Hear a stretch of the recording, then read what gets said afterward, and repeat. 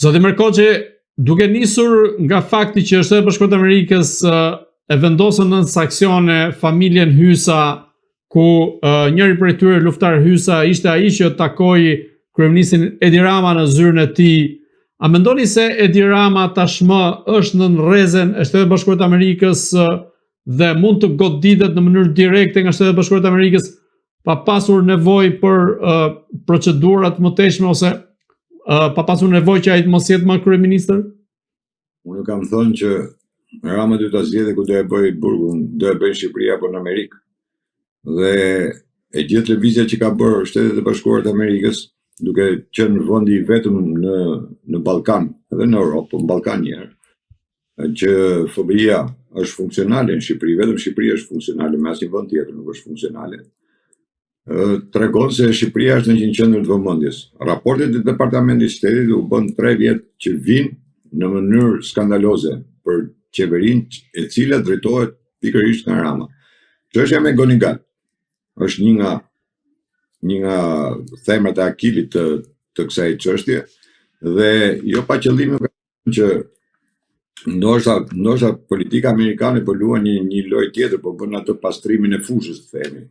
Domethënë duke pastru fushën, duke u heq njerëzit më të afërt, njerëzit që ky ka punuar, duke filluar që nga Erion Belia apo Belinda Balluku apo ministrat e tjerë, Beqja e kompani.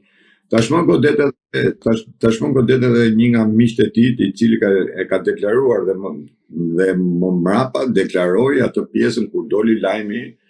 Doli dhe tha unë e kam mik, po mediat gënjejnë, janë ca gazetarë që flasin, janë ca analistë që flasin kotën kot, sepse ai është njëri i ndershëm me njëra tjetër. Tashmë që doli non grata nga Shtetet e Bashkuara të Amerikës, çuditërisht Rama nuk ka fol fare dhe nuk ka thënë asnjë lloj komenti. Kjo është tashi, unë kam thënë që arrestimet apo akuzat e Spakut nuk janë thjesht vetëm akuza penale, por në to ka dhe një lëvizje politike në interes të vetë Amerikës.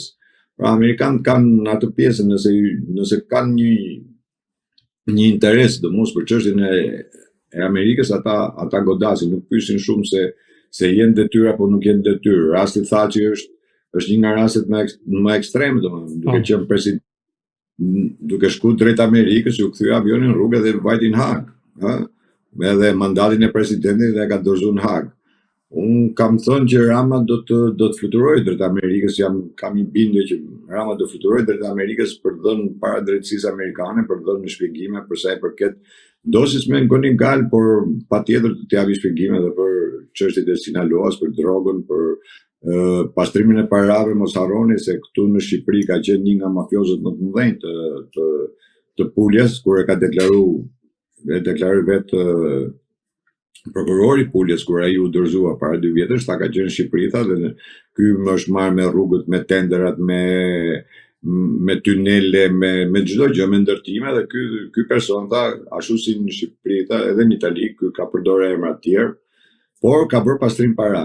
Nuk mund të jetë i lidhur edhe ai, jo mund të jetë, patjetër është i lidhur dhe me Sinaloa dhe me Ndrangheta në Itali, patjetër janë të ndërlidhur gjithë, por për sa kohë është në raportet e Amerikës, por edhe të Europës tashmë, është deklaruar që pastrimi parave bëhet në Shqipëri nëpërmjet ndërtimit apo nëpërmjet firmave të cilat ndërtojnë në rrugë, tunele, të tash, është apo dhënia e tokave, këto PPP-ra e koncesionet e tash, kështu që Amerika do lëvizë. Unë jam në atë bindjen time që nuk besoj se Trumpi vetë do pranoj dështimin për sa i përket luftës kundër korrupsion, luftës kundër Sorosit që e ka shpallur organizatë kriminale, dhe Rama është një nga ata njerëzit të cilët ka marrë një mision për të qëndruar sa më gjatë apo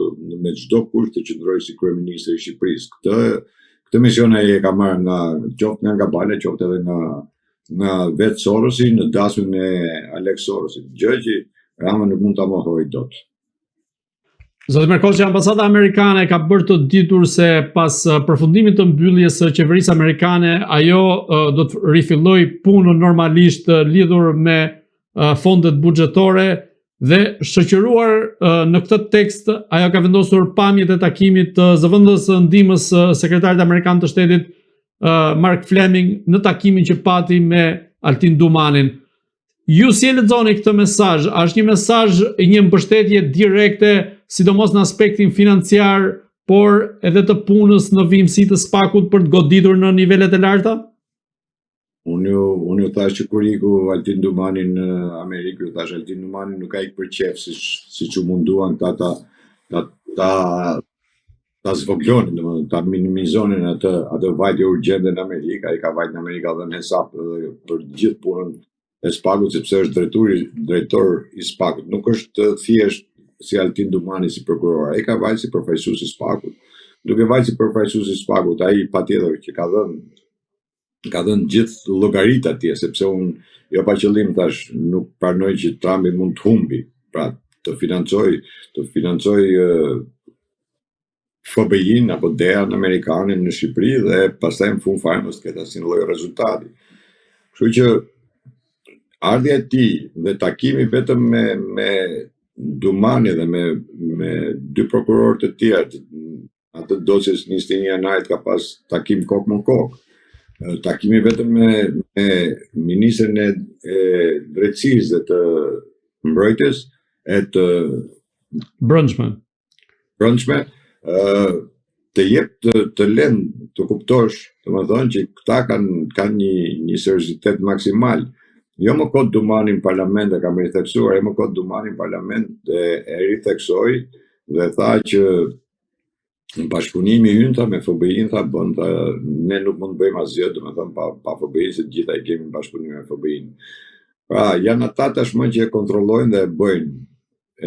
Dhe prandaj them që SPAK-u nuk është më në dorën e Ramës, ashtu siç trumbetohet apo thohet, apo mundohen ta veshin Ramën edhe me atë që se ka. I ka gjitha të zezat, por në këtë gjë nuk e ka për të vetëm arsye, jo pse nuk e ka Rama. Ai e kishte deri dje, por situatat ndryshuan. Pas ardhjes së FBI-s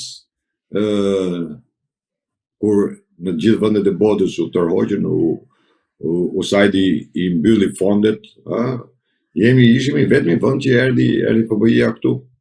Nuk ka vajt vend tjetër në Ballkan, vend tjetër nuk e ke FBI-n, përveç Shqipërisë. Dhe takimi që bëri qoftë që iku Dumani apo ardhja e tij këtu, takimi me Dumanin tregoj sepse Amerika thash nuk e kanë në qendër të vëmendjes dhe ajo që është më kryesorja, prandaj u them që këta fillimisht po pastrojnë terrenin, pastaj bjen vetë Rama, nuk ka nevojë për asgjë tjetër. Do dorëzohet vetë, s'ka ku shkon. Ai po mundohet me gjitha format dhe mënyrat të mbajë, duke futur edhe këto sorosianët e Europës, duke na bërë deklarata të ndryshme, jo hapje negociatash, jo do bëhemi në 2027 në antare, do bëhemi, sa përdolli që të kësaj Mardakos, që s'ka në si lloj vlera, si lloj apo vandelindit e vërtoj. Këta janë pjesa e Sorosit, me këta nuk ka, apo qoftë edhe Macroni, nuk më ndjellin në një gjë të madhe. Apo ai show që bëri Rama me qeverinë e Meloni, qesharake, shkote deri ke qesharake, domethënë ajo lloj. Patjetër që ai do mundohet me gjitha forma, por nuk do t'i shpëtoj dot drejtësisë amerikane, nuk do t'i shpëtoj. Nuk do t'i shpëtoj për një arsye shumë thjeshtë, sepse ka cënuar interesin e Amerikës. Dhe në momentin kur ti cënon interesin e Amerikës, Amerika nuk të fal. Kushdo të jetë president, jo pse është Trumpi sot, por kushdo president të jetë, në mënyrë absolute Amerika nuk të fal. Dhe Rama do ta paguajë. Unë kam thënë që deri në fund vitit duhet pastrohet, duhet bëhet, se ndryshe nuk ka më kuptim të tej zgjatet kaq shumë, por tash është edhe politika tyre, është edhe mënyra se si e ndjekin, si e sjellin atë gjën aty ku duan ata. Të shohim, sepse edhe mbledhja që Trumpi vendosi që do e thrasi në Kapitol, domethënë e kuptoj, të gjithë liderëve të Europës, ky s'ka për qenë, e sigurt që ky nuk do i jetë aty, edhe ajo është prapë një goditje tjetër që do marri. Por do të shohim se ky po bën shumë edhe po bën edhe atë tangallikun, domethënë atë kashillikun themi, ajo që unë ju pata thënë me kohë që ky do sjellë ligjin e gjinive, do e sjellë në parlament dhe tu merri inat për shkakun që merri inat kuptimin që e presë që opozita do 6 muaj para do ta kishe sensibilizuar popullin, do të kishte që në momentin që ai ligj Rama e para që mos ta sillte, se nëse ka presion nga populli nuk e sill dot, por e dyta edhe nëse do e sillte do gjete një rezistencë popullore shumë madhe. Mirë, po këtë do ta bësh emision, do të dalësh nëpër media, do të dalësh, po jo vetëm del Berisha, mes del Berisha në drek, del Berisha në darkë.